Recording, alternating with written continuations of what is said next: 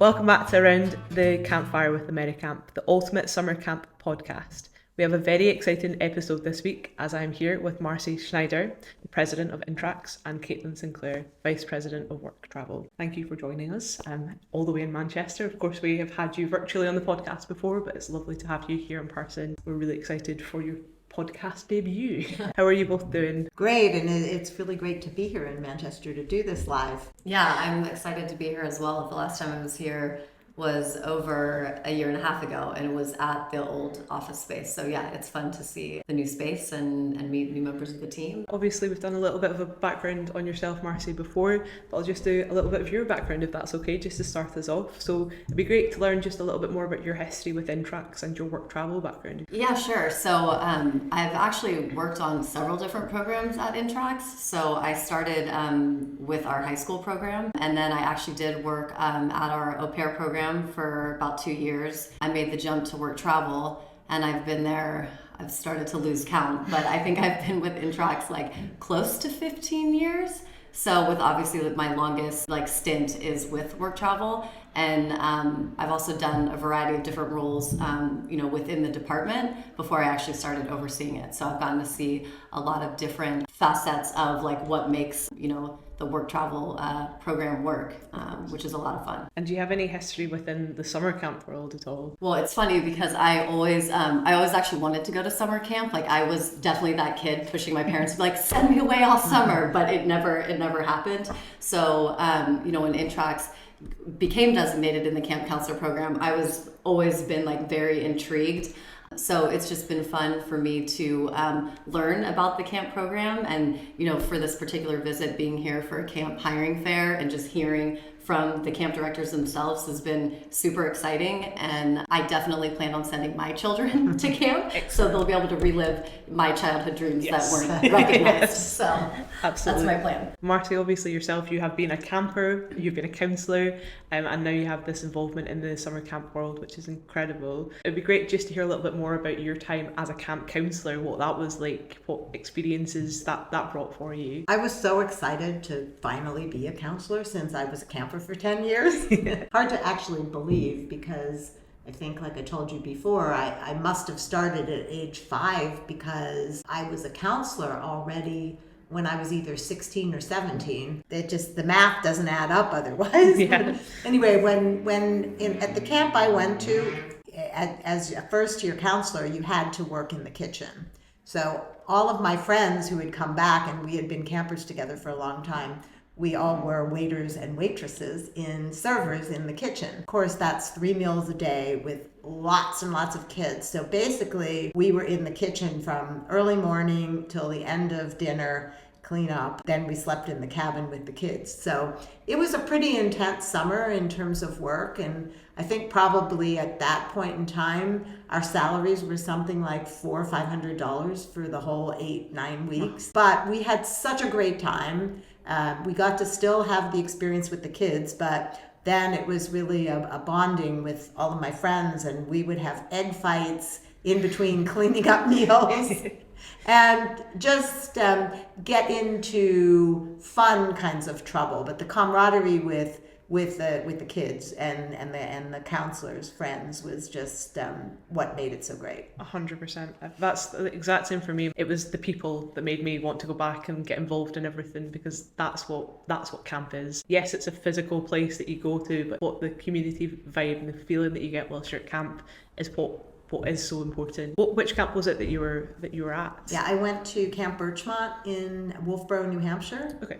And it's still around. I've been back to one reunion. They had a 50-year of the camp reunion a few years ago, and I didn't recognize a lot of the people because we've obviously all aged. Yes. And I made contact with a couple of my old friends that I had lost touch with, which was really great. I did have a second season at that camp as a camp counselor. I was a tennis counselor my second summer, which was very different than working in the kitchen. Maybe not quite as crazy fun with all of your friends because you were really focused on teaching tennis, and equally I lived in the cabin with the kids and still had a lot of my friends still there. Yeah, definitely. Like even I went to camp for 2 summers. In my first year I was just a counsellor, and then I went back in my second year in more of a leadership role, and that's what I was missing, was that time when you're in your cabin with the kids. Like I loved the job that I did, but like that was the special time when you're making like all these bonds with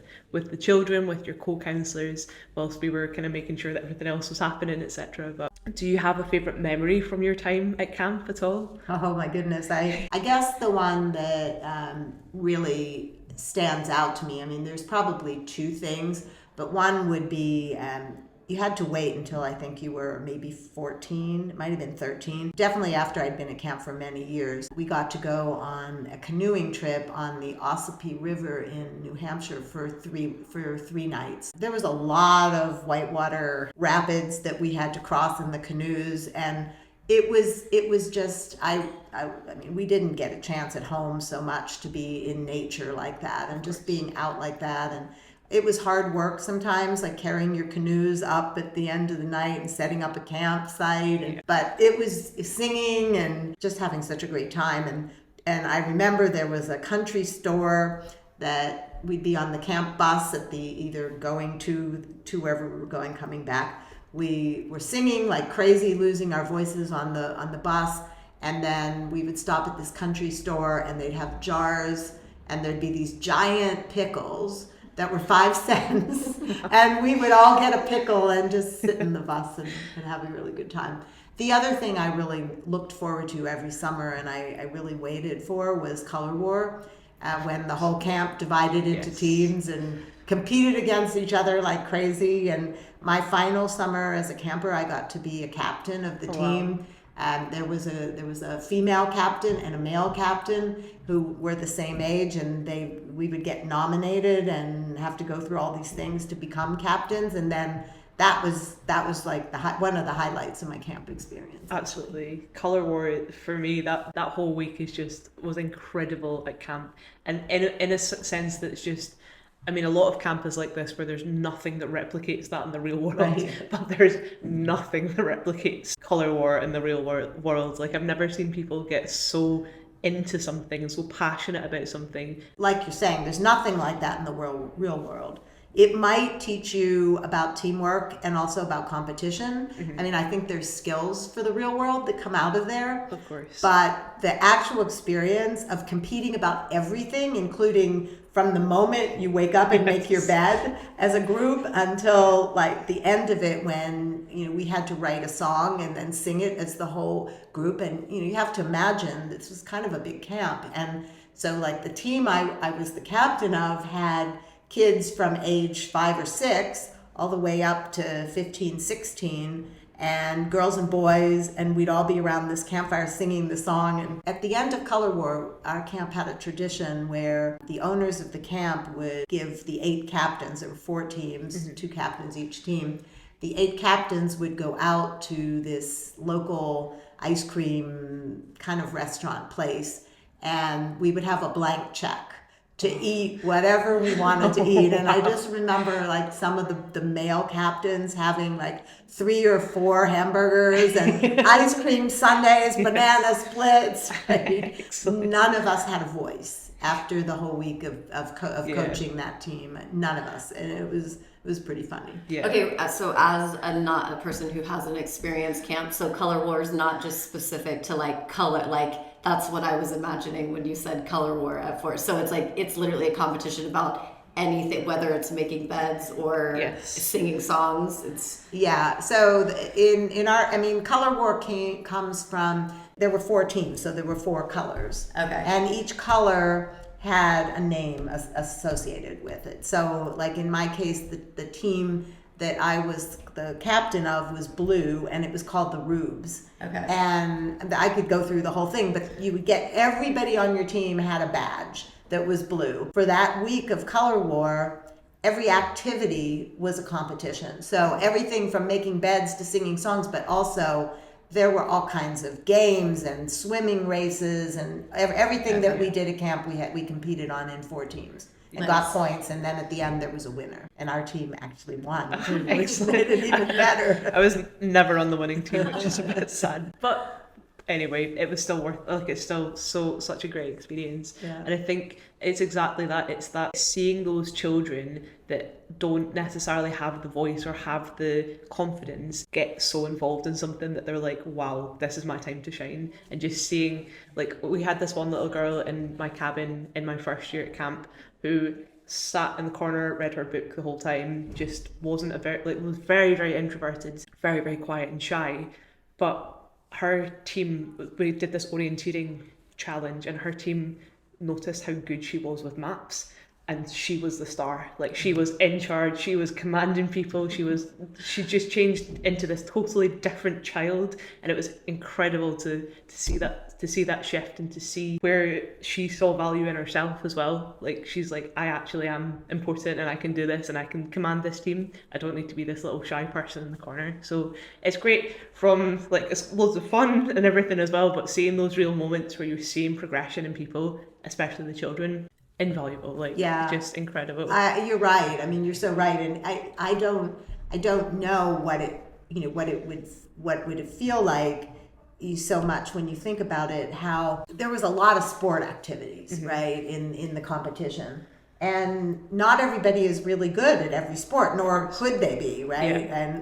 And so that whole thing where, I mean, in my particular camp, we had each group, as you were growing up and going through the years, when you got to the oldest cabin in that group, you got to be a lieutenant. They chose lieutenants, so there would be like 4 lieutenants. And the thing was, you wanted to win, but at the same time, if you had others on your team who weren't very good at basketball or swimming or tennis or whatever it was, you had to come up with a way to not make them feel bad and alienate them and say you can't play because you're not so good. So that was, I think, a really good learning experience too. 100%, yeah. And the start of Color War, they took one of the tennis courts, took down the nets, and turned it into this carnival where there were booze and there was food and prizes and everything. And then at the end of that day, when we'd all run around exhausted ourselves, they would announce the teams and call out the names and choose the captains. And it was just, and then, like you're saying, the whole atmosphere in the camp changed. Yeah. And everyone's like, oh, there's a red, there's a green, there's a yellow, let's go the other way. Right? Yeah. But also, what I liked about it as well is you're seeing different friendship groups form as well. So you're seeing people that aren't necessarily spending time with each other, and the difference in the ages as well. Like, normally it was groups kind of stayed with each other, but seeing that shift of, like, seeing 7-year-olds going about with 14-year-olds and seeing that connection between them was incredible too. So by the time that this podcast comes out, we will have completed our last 3 camp fairs of the year for AmeriCamp. This is a really exciting time of year for us, and something we love to be able to offer our participants. Given both of your backgrounds with Intrax and obviously the success of the work travel programme, how do you feel in-person job fairs have evolved or have changed over the years, and what role do they play in today's sort of market with things? Well, I definitely think that in-person fair, hiring fairs are super important for both programs. It gives both, like, the participants, whether it's like the camps or the host companies, an opportunity to connect in person with somewhere where they're going to go work at. So you kind of establish that personal connection right from the gate before actually arriving into the U.S., which I think makes it pretty special. I agree with everything Kaitlin just said, and I think before I was at Intrax, I worked for another sponsor. I went to a lot of camp fairs, so I'm really excited to come to my first camp fair in a number of years now and see how they've changed and evolved, because the last time I was at one would have been 2010, so that's quite a while ago. So I'm not sure specifically in terms of how they once were and how they are now. But what I do know is how important they are, because, like, as an example, last night when we had the welcome event for our camp directors who were visiting, so many of them were so excited to see the AmeriCamp team. They were very, very clear about the fact that a sponsor takes good care of them and cares about them and carefully selects the participants who are going to come and interview. They really appreciate and value. And as much as you can hire virtually, and of course you can, and we all certainly did as much as we needed to during the pandemic period, there's nothing like meeting somebody that you want to hire who's going to be taking care of kids at a camp, for 2 weeks to 8 weeks during the summer, to be able to actually get to know that person, even if it's brief. So it's invaluable, and it's part of really the essence of what we do. Absolutely. I think you're both kind of hit the nail on the head there. It is that sort of the personable approach, I guess, as well. Just having the ability to sit down and have a conversation with someone that's not online, is not like through a screen, etc. Like that personal connection that you can make with someone is far greater, obviously.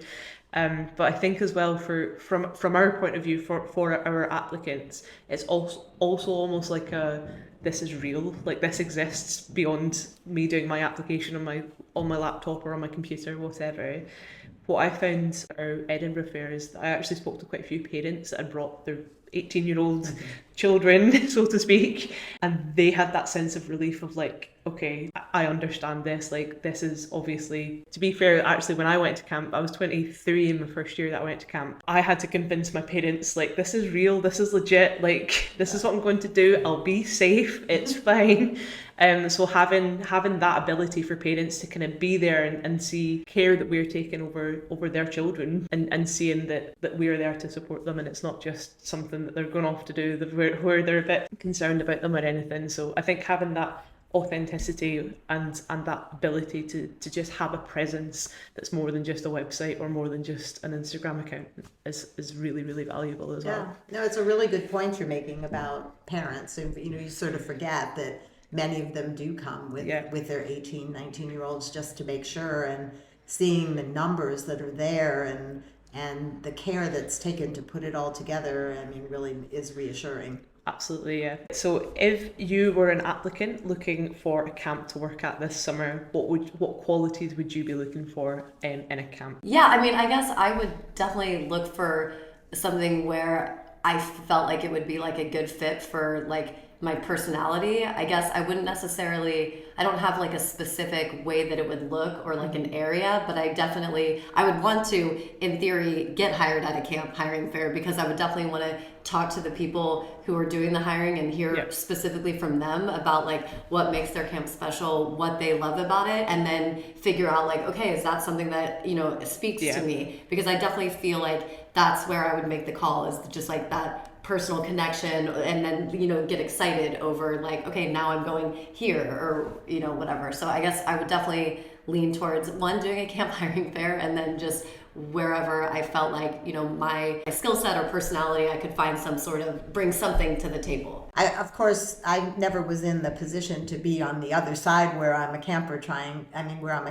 trying to hire at a camp fair. I would imagine that myself, had I been in that position as an applicant, I would have looked around a little bit to kind of judge the room and see who looked friendly and who was like attracting people to come up to it. But I would look at the people too to see if I thought that there would be a good fit with the kind of other applicants that maybe are applying to be counselors at that camp too. And then, like Kaitlin says, I mean, I think as important as money is, I think I would go with the better fit versus a little bit more money. Also, for me, I think there's some serendipity involved. Like, I didn't go to camp for myself. I was hired online. I didn't even interview with the camp that I was hired by. They just hired me, and I was like, great, cool.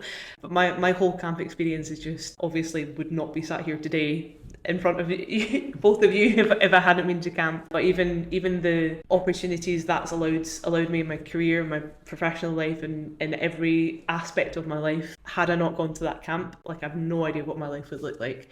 And it's that sort of serendipity that got me there. So it's so interesting. Which camp were you at? So I went to Camp Half Moon in Massachusetts. Got my little Half Moon necklace on. It's it's an experience that's so special to me, and like, as I say, I wouldn't be here if I wasn't that passionate about it. Like, my being as a person before I went to camp and who I am now is just like night and day. Like, I'm not the most extroverted person in the world even now, but I was very introverted. I didn't really have much passion or much drive or motivation to go and do anything. I was actually working at this awful retail job, and someone that I was working with had just come back from camp and been like, I've just had this amazing summer, like, go and do it. And I thought, right, cool, you've convinced me. And I just, on a whim, was like, do you know what, I'm going to do it. Like this, I was getting a little bit, I was going to say older, but I was 23, but like I was getting a little bit past the prime sort of camp counselor age, and I thought, if I don't do this now, I'm never going to do it.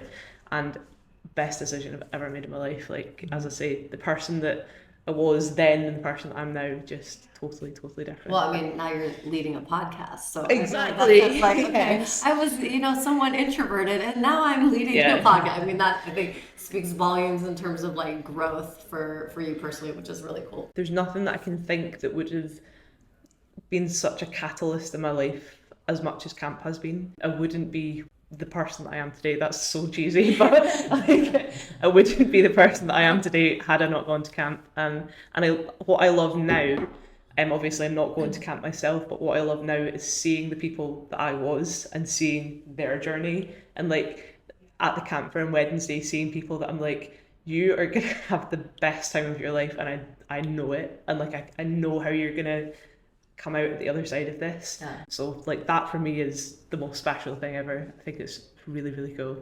Final question that we've got here for you is, what is one key piece of interview advice you would give to someone interviewing with a camp? That's a really good question, and I think probably very similar to any interview that you might have in your professional life, but is don't be nervous. Right? You're going to be naturally nervous, although being in a big room with lots of people maybe makes it a little less intimidating in a lot of ways. But let the person interviewing you get a chance to see who you are and let your personality shine through. Don't be too quick to make a judgment.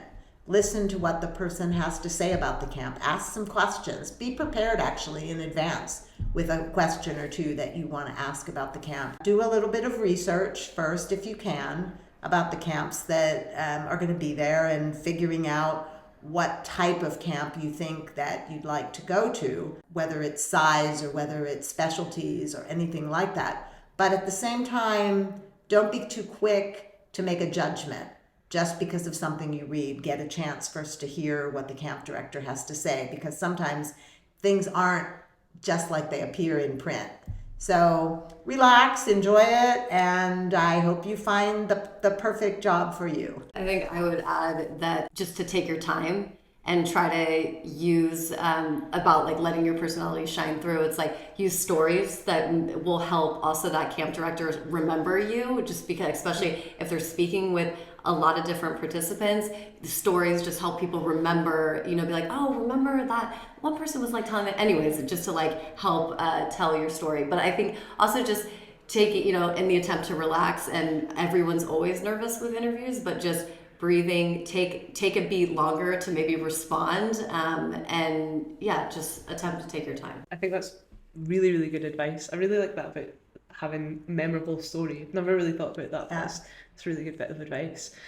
Perfect. Well, thank you so much for your time today. It's been wonderful having a conversation with both of you, and I've learned a lot about both of your experience, which is fantastic. So thank you for joining us today. It's been wonderful to speak to you. And thank you. Thank you. Thank you. Yeah, thanks for having us.